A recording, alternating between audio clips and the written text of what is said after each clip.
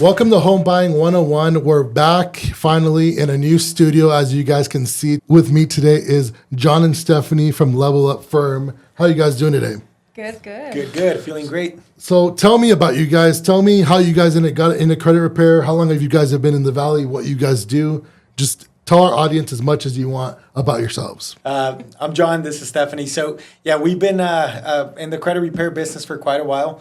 I'm actually from Phoenix myself. Steph's also from Phoenix. So we're from the Valley. We've been working local. We've been helping.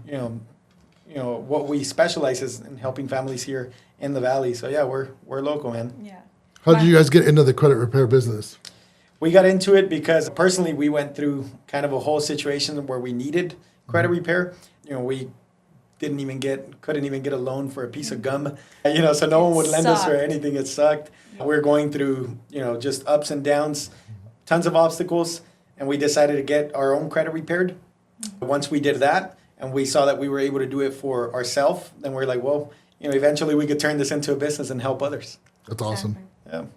So, of course, this being Home Buying 101, credit repair is very important to, of course, be able to qualify for the loan to get into a home. So I wanted to have you guys on here just to pretty much explain what credit repair is, because I honestly have seen some of your guys' material on Instagram, and I see what's kind of like on the kind of like the fluff of it all, but I've always been interested to see kind of how it happens behind the scenes. So, of course, can you guys explain to me what kind of credit repair involves, and then how does it impact someone's ability to qualify for a mortgage?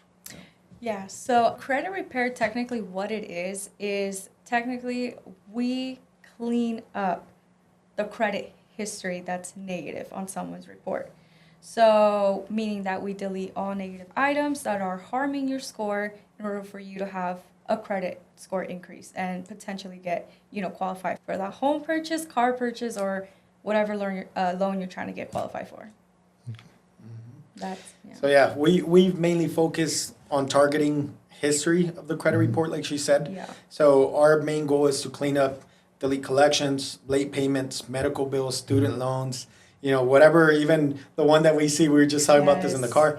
The one that we see the most often would be La Curazao, Victoria's Secret, Cons, Ulta, yeah. So the department store ones where they're like, hey, if you apply today, we'll give you 10% off your 10%, purchase. yeah. And then you completely forget about that card Exactly. and don't even make the payment sometimes. Yeah. It's Exactly. terrible. It's terrible. Yeah. So that's what we focus on, deleting those collections, get them wiped off, and then boosting our clients' credit scores. So when you guys work with your guys' clients, do you run all three bureaus and see what's on there? Or do you guys basically focus on maybe one and it kind of impacts the other two?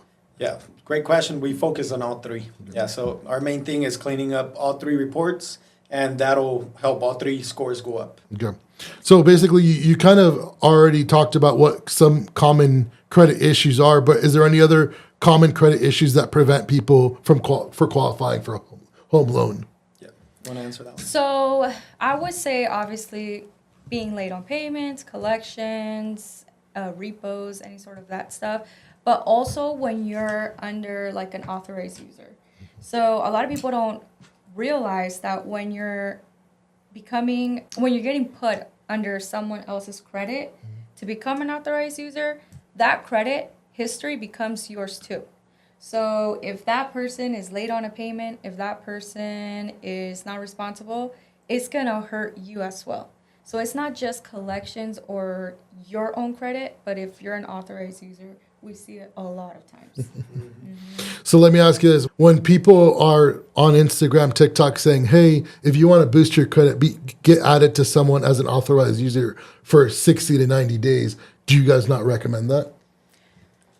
It depends, because I guess it depends on the situation the customer's in, because it could be a 19, 20-year-old that has no credit history. That I would probably say, hey man, go under someone else's credit, your dad, your uncle, your tia. Someone that's got good credit. Yeah, exactly. And someone that's responsible though, because there is a lot of people with good credit scores but no credit history. So we want to make sure they target that. Someone with a good credit history that's responsible, so that way that history transfers over to them. But If it's someone that's 30, 40 years old and their credit is screwed or no credit history, then I'd say, don't even worry about it. Just focus on building your own credit on your own. Of course. And I know that this is going to be kind of like a wide range answer, but how long does it typically take to see a significant improvement in your credit score through credit repair?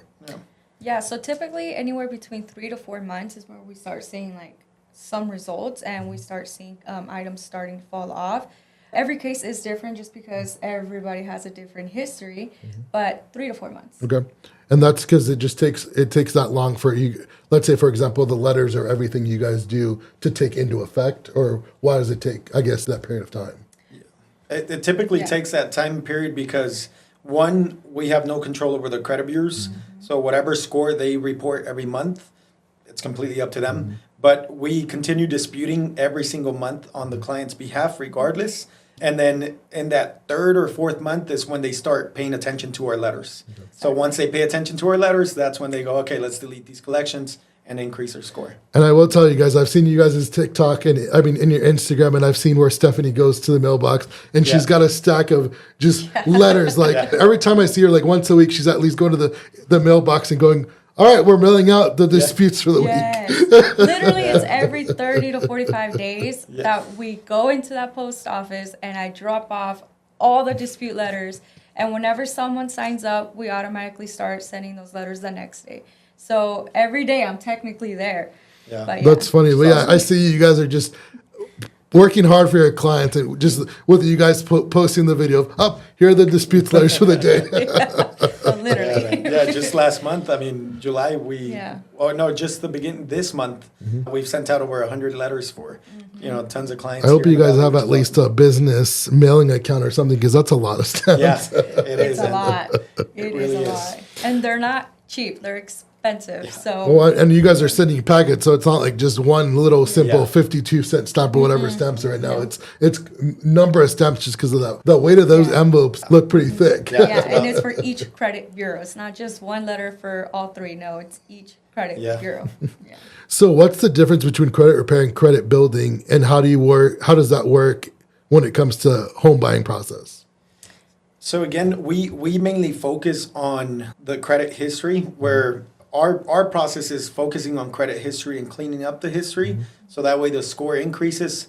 Credit building, a lot of times it could be mainly focused on a temporary fix, temporary boost of the credit score, so that way you qualify for loans. We focus on just wiping off whatever is negative, so that way on the long run you don't have any issues with running your credit again in the future. So what are some steps that someone can take to improve their credit score specifically for buying a home, I guess, other than deleting the items that you guys already talked about? Multiple steps. You could cover a couple of them. I would say getting into opening up an app with Experian. As soon as you open up that app, you get about 40 to 100 score boost. The Experian boost. So you could do that, or you could get on the app as called Self. That's kind of like I guess you could say, a secure credit card, technically. And you could start with as little as $25 and pay each month for a year, and then you'll start seeing, a credit score increase. So basically, with that card, you put in your own money, and then of course you're kind of charging it against yourself. But of course, you still have to pay back the card. Right. Exactly. But I think there's a lot of misconceptions when it comes to those prepaid cards, because people are like, it's my money. Why can't I? I guess it's teaching us how to be responsible. Right. In the long run. Yeah. So it is beneficial for the long run, but a couple of things that you could do on if you need, I guess, to boost your score quick, that Experian app is a great way to boost your FICO score. Other things is always paying down your credit cards. If you have say 60 or 75% credit card usage, paying it down 15%, that'll help increase your score. And one thing that we always, like to tell all of our customers is that paying down not on the due date, but on the closing date. Yes. There is a difference on a credit card. If you pay 3 days before on your closing date, that's important when a lot of people miss, because let's just say if your closing date is the 13th and you pay on the 10th, when the 13th hits, the credit, say you're paying down your Chase credit card, what they do is they take a screenshot of that. Once they take the screenshot, they send it over to Experian, Equifax, and TransUnion saying, hey, John paid his card today, so he's good to go on the 13th, and their score increases on the 13th. And I think a lot of people don't realize that due date, what it actually means is like a last warning, like, hey, if you don't pay today, we're going to put you as late payment. That's what due date is. It's like a reminder to pay it before it goes late payment. So let me ask you this, because that's a good question. So due date, let's say, for example, your due date's the 1st of the month on your Apple Card. If you pay it on the 2nd, is that already considered late? Not necessarily, because most companies give you a 10-day grace period, but what it typically, most people will recommend for you to pay it obviously before the due date. If you pay it on the due date, then obviously you won't have any issues. You do have that 10-day grace period, but we always recommend don't focus on that date. Call your credit card company, because some don't even say it on the apps. Find out what the closing date is. Okay. That's awesome. So let me ask you this, and let's just go through the process. I'm calling you guys and say, hey, I need help with credit repair. Can you walk me through what the process would look like? Yeah, Expert absolutely. here. She's got you. So technically when someone reaches out, either myself, John, we're always responding to the client. And the first step would be for us to analyze your report. So I will send out a link through Identity IQ, and you will create an account. And that account allows me to look at all 3 credit bureaus. I will then analyze it same day and get back to you with all the negative items that we'll delete or remove. And then we'll send you 3 different installment options for you to choose. So we like to give that options to our clients. And once they have chose, they say, hey, Steph, let's do it. Let's go with option A. Then we start the second step, which is putting you into our portal, creating your agreement, uploading docs, and then the disputing process starts. Okay. And what do the installments usually look like when it comes to, that's the most important question, I guess. Yeah. Number guy. Yeah. So that obviously depends on how many items we need to delete. So I've had customers that only have 2 or 1 item affecting them. Then I've also had customers that have 30, 40 collections affecting them. So it's all going to vary. Pricing is always determined based on the account, but most people are paying anywhere between $125 to $200, either bi-weekly or on a monthly payment plan. We always send them 3 or 4 different options. Yes. They choose, and if they're not comfortable with the first payment plans that we give them, we're very, very flexible. We're not here, to take their cash. So we'll send them another 3 or 4 payment plan options, and then they choose from there. But you guys don't put them on, let's say, for example, $99 a month for life. No, I know. There's tons of credit repair companies. And that's why I asked, because I know that there's ones that it's $99 a month, and just like the gym membership, every month you're like, oh, shoot, it came out. I'll have to cancel it. Oh, shoot, it came out again. I'll have to cancel it. And then you just never cancel it. I've been paying for EOS for probably the last 5 years. I can't remember the last time I went, because I go to Lifetime now, so it's fine. And I always tell myself, it's $25 a month. EOS is my backup. If one day I show up to Lifetime and it's just too full, I'll go down the street. Yeah, right. Oh, God. It makes sense. Well, we don't do that. No. That, and I just don't know how to cancel it. Yeah, So. right. Even though sometimes it's super simple, but EOS, please reach out. I don't want to give you any more money. Stop taking my cash. Taking the money. Yeah. Those $25 can go to my Starbucks bill every month. Right? That's a good 2. That's a good 2 cups now. With the economy. 1 at this point. Yeah. Right. Exactly. Plus a tip. No, Plus a tip. that is forced. Yeah. That was such a big controversy. That's funny that you brought up the tip. I feel like, and I'm just going to go off topic. It's fine. Yeah. It's my podcast, so who cares? I feel like now that you go in anywhere and you pay for something, it doesn't even give you the 10 or 15 anymore. It goes straight to 18, 22, or 25%. 28, 30. And I'm like, nope, no tip. Yeah. Unless you're outside in this 100+ degree weather and you're taking my order, I would gladly tip you. But if you're inside, I'm sorry. No. The AC, everything's Yeah, nice the and only ones I cool. tip is Dutch Brothers, just because I feel bad for those kids. So I'll even tell them. And half the time, these kids are so good that they don't even put the tip. They don't even ask you. So most of the time, even before I pay, I'm like, hey, add another $2 on there for tip. Yeah. Because most of the time, these kids, if you don't tell them, they'll just put no tip. Just they're kids. But I'm like, you're standing in 120 degree weather. Yeah. You deserve a You deserve a $2 tip, tip. Exactly. I agree, man. They're sweating out there. The sleeves are all rolled up, and they're red as a lobster. You deserve a tip. They're wearing the freaking Gilligan hat and everything. Yep. All full of sunblock, all white right here in their nose and stuff. Yeah, that's true. That's funny. But On that topic, that since you brought it up, I know there's tons of companies that do that where they'll put you on $120 a month and you pay that for 3 or 4 years. They do that, but a lot of times their disputing process is way different to our disputing process. Yes. We give you a certain amount of money and that's what you owe us. Even if you pay us, we continue our service. And if you haven't paid us, then obviously we continue regardless. If you haven't paid us, they're going to start sending the letters. Hey, forget the disputes. Reverse this one, Cancel reverse this that person. We one. haven't received the payment yet, so no. But we try to keep everybody within the time frame that we give them. Some people will take a little longer, unfortunately, and some people within a month or 2 months. So it's just a kind of a 50-50 on That's that. awesome. Yeah. So I just thought of something that has always been my curiosity is with the new evolving stuff like Affirm, Afterpay, all those services, how does that affect your credit? It affects big time. Yeah, it affects. We see it all the time. We see people that have $2,000-$3,000 loans on a firm or whatnot. They'll go and buy jewelry, or they'll buy electronics, things they at times don't even need, and they end up going negative on that. It affects all 3 bureaus. So it's going to affect for a collection depending on the amount. It'll affect you within 50 up to 100 and some 110 points or so.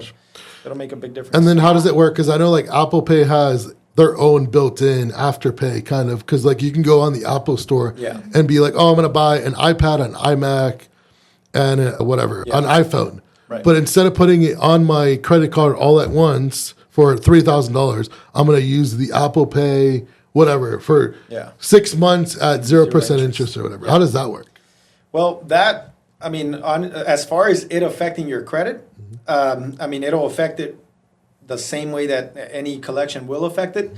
And I guess that's a good question. I've never been asked that before, but it'll affect you like a regular collection. But if, regardless. let's say, for example, you've got decent credit, you're at like a 650, and on your credit, it's like a $10,000 balance with Apple Card. Oh, I see what you mean. But okay. does it just show what I owe right now, or does it show the 10,000 plus another 3,000 that I have as pretty much Afterpay? Right.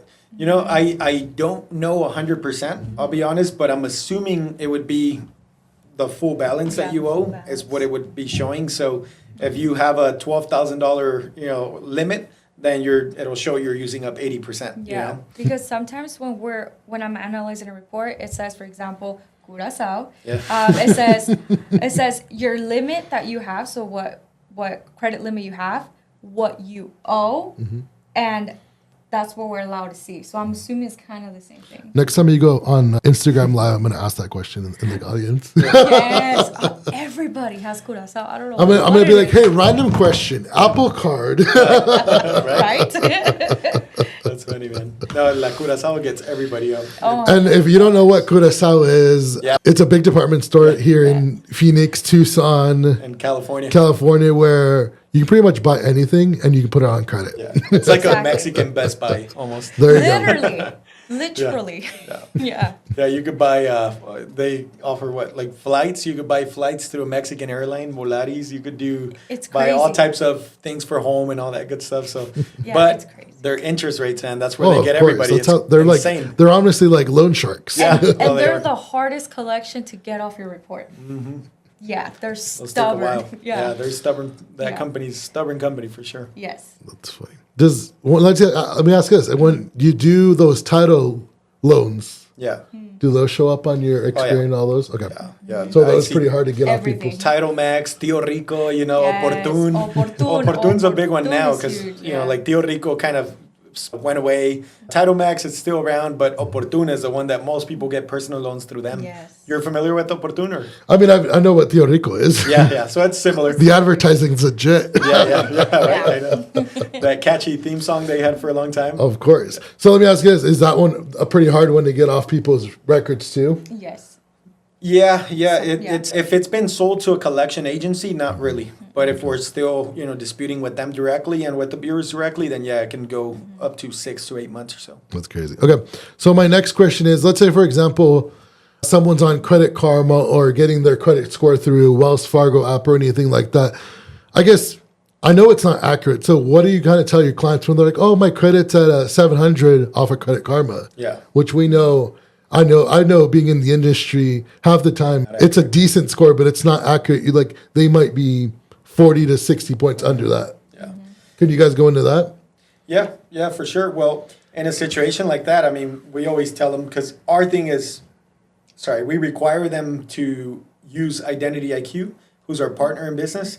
So Identity IQ will give us our actual factual score that shows on the three bureaus, not a FICO, not a Vantage score. Most of these companies use, third-party apps or whatnot, like Credit Karma, so we'll tell them not to focus on that, because at times they don't even show items that are not in collection on Credit Karma, but they're actually in collection. So it's not accurate at all. And what's the name of the program you guys use again? Identity IQ. So Identity IQ is basically the same thing as if I were to call a lender and have them run my credit. Yeah, exactly. I know multiple lenders that use. That fly's been bothering me all day. Dude. He's been in my office all day, and I've been trying to kill him all day, and he doesn't want to go away. He just distracted me too. He stood right on the mic. But yeah, Identity IQ, I know dealerships that use it, mortgage lenders that use it. They're out of California, so it's But it's pretty similar to that. What the credit? I was applying to a loan, if I was calling a mortgage company, right? It's pretty dead on similar. Yeah. What you guys are seeing, what they're seeing. Exactly. Okay.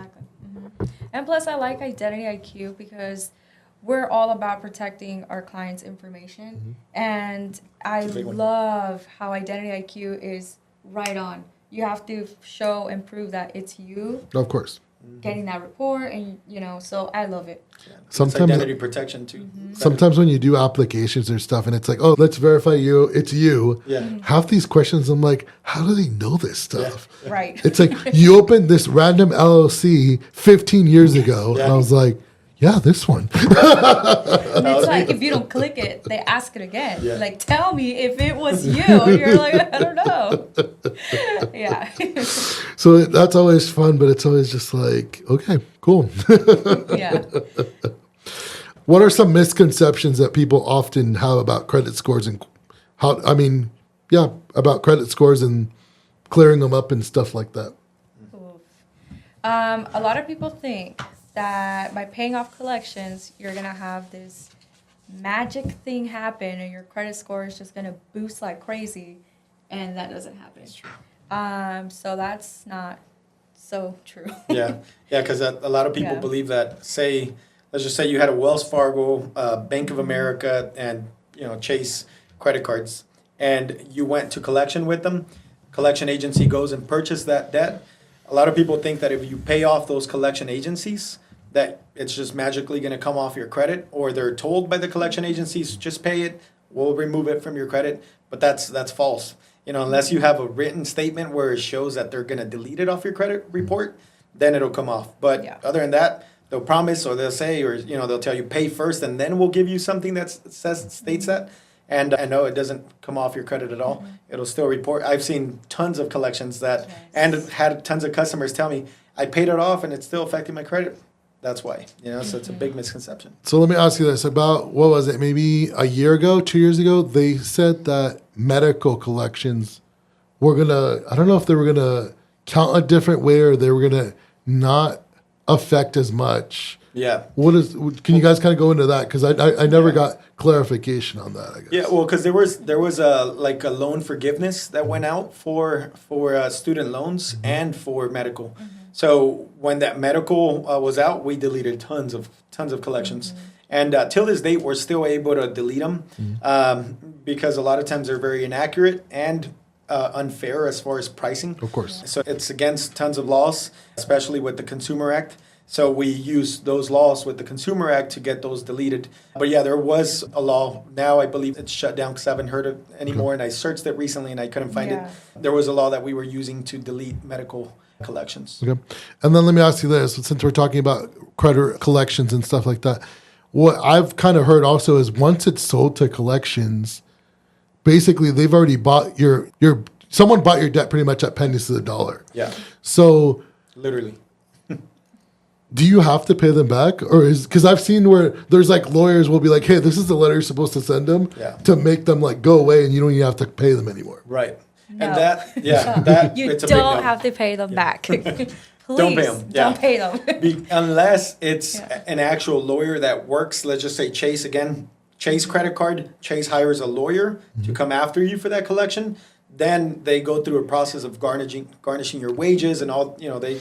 But if they've sold it to ABC Collections, you don't have to do it. You don't Nope. have to. All right, I'm gonna go into freaking collections on everything. Yeah, because in reality, Collection. we tell them, you know what, show me proof. Yes. Show me proof where John allowed you to purchase that debt off of Chase. There is no proof, there is no signature, so there's no validation of that debt. I'm gonna go buy a Ferrari tomorrow. There you go. There you go. Get it. Get inspired. I'm just kidding. We'll delete it. No, just kidding. No, and then Don't most do of the it. time they're inaccuracies. So if you go at them and say, hey, where did I sign? Show me. They will never ever have the proof ever.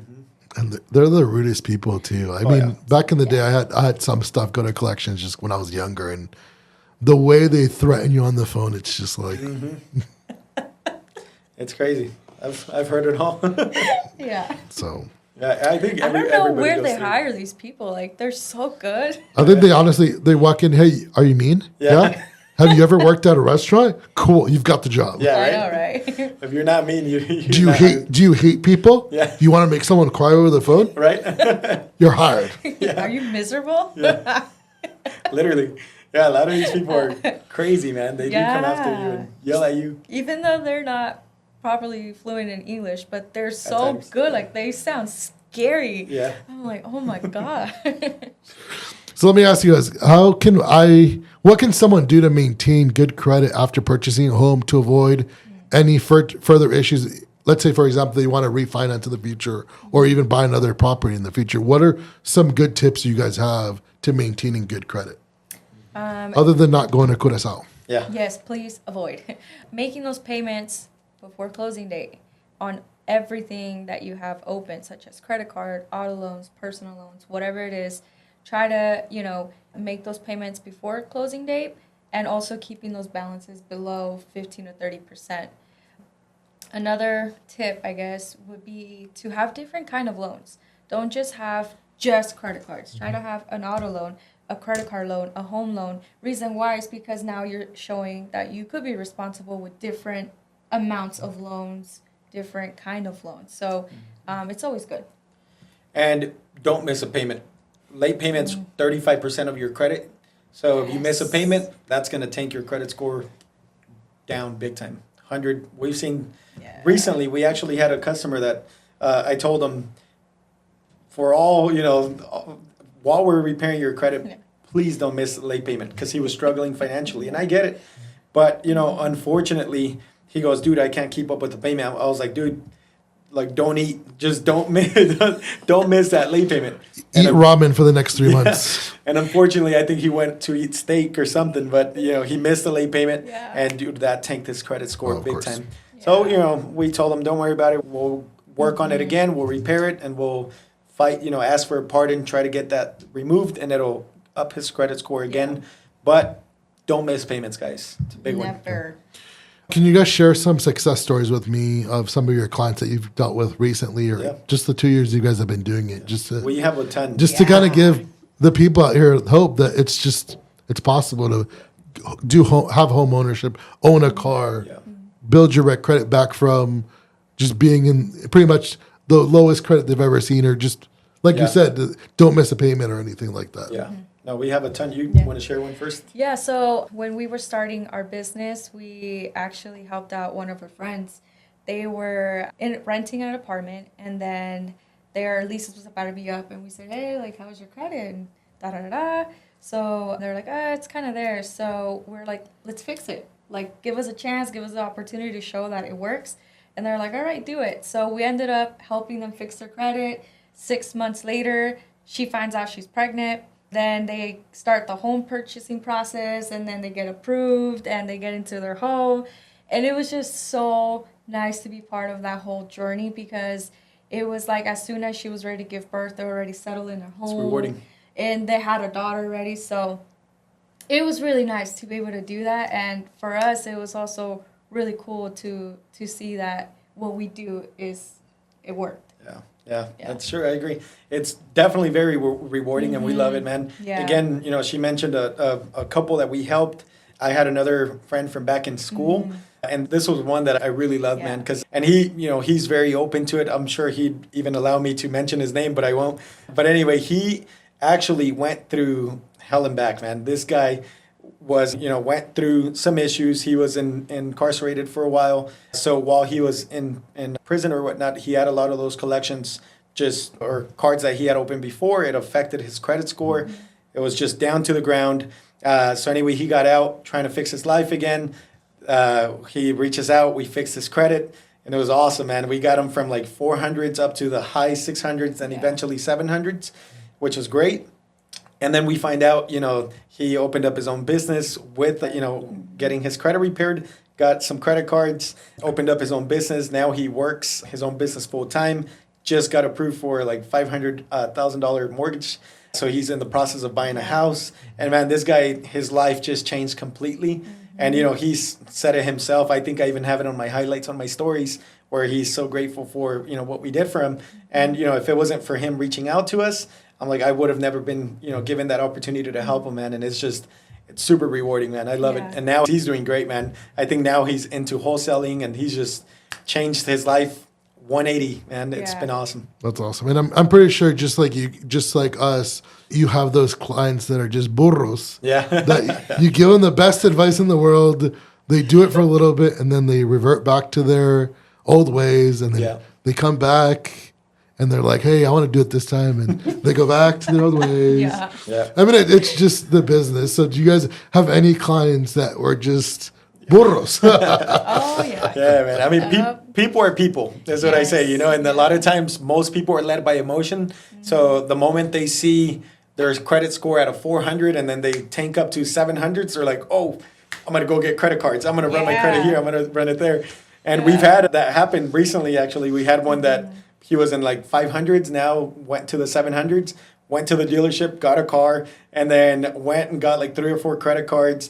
And after that, he just kept applying. And then he reaches out to me. He's like, hey, why is my credit score high, but I'm getting declined? I'm like, dude, because you're applying for credit like crazy. I was like, relax, So I think he added like 30 inquiries on his credit score, man, after we got him to the 700. And then now his credit dropped like 100 points again. And I'm like, don't run your credit like crazy, man. Oh my hard work. I was kidding. Yeah, literally. Now we got to start the process. All those stamps that I took to the mail. Thank you, bro. Yeah. I'm going to send you your postage bill. It's going to be the new fee we're adding here. No, but we honestly, man, we have great customers, bro. We've never really had any issues or deals with most of them. The majority of them have been very, polite in a sense. We've had some, obstacles just like any other company. But in reality, I really do think our customers are great, man. And we maybe had 2 or 3 that go back to being burros or whatnot. But other than that, most of them stick to what we tell them. Just implement the burro fee. Right. Burro. Or like the ears, poner las ears like back in that. Little dunce hat, put them in the corner. Yeah, that one show from Mexico, La Escuelita. No, put those burro ears on them. So let me ask you this. If someone does want to reach out to you guys, what's the best way to reach out to you guys? Social media, email, phone numbers. Just give us everything so they have multiple ways to get to you guys, basically. So you guys could find me on Instagram. My @ or username is Credit by Steph. And it's the same user for TikTok. So those are the 2 platforms that I'm mostly really on. I go live here and there. So I share a lot of credit tips, a lot of new things that we're working on. So definitely you guys can find me there. Yeah. And you can find me under Credit by JR. That I'm very active on Instagram, responding, to all of our customers there. Or you could reach out at 623-213-4436. Shoot us a text, give us a call. We'll be more than happy to help. Another thing, you could also reach out through our website, thelevelupfirm.com. You could book a consultation through there as well. Schedule a date and time. We'll give you a ring, and we'll get the ball rolling from there. And our consultations are completely free, so there's no charge to that. Yep. And then what's your guys' usual turnaround time if, let's say, someone were to reach out tomorrow? As far as getting their score repaired, 3 to 8 months. Just turnaround time in the sense, like, let's say, for example, I submit, hey, I want to talk to you guys. Are you guys same day? 20 minutes. Oh, yeah. 2 days? Same day. 2 same weeks? Day. Yeah. No, same day for sure. I mean, as soon as they book the consultation, we get them on the phone. Mm-hmm. 3 steps to follow, which is once we talk to them on the phone, we send them the link for Identity IQ. They send us login details, we analyze it, then we talk items that are affecting them. Once we shake hands and agree on payment plans, then we get them started right away. And disputing starts literally like The next following. day. That's awesome. All right. Well, thank you for being on the show, guys. Of course, thank you guys for watching the show. If you guys need anything credit wise, of course, reach out to them. And if you want to reach out to me also, I can put you in touch with them too. But of course, if you guys need anything home insurance wise, auto insurance wise, always reach out to us. Thanks for being on the show, guys. Thank you for having us.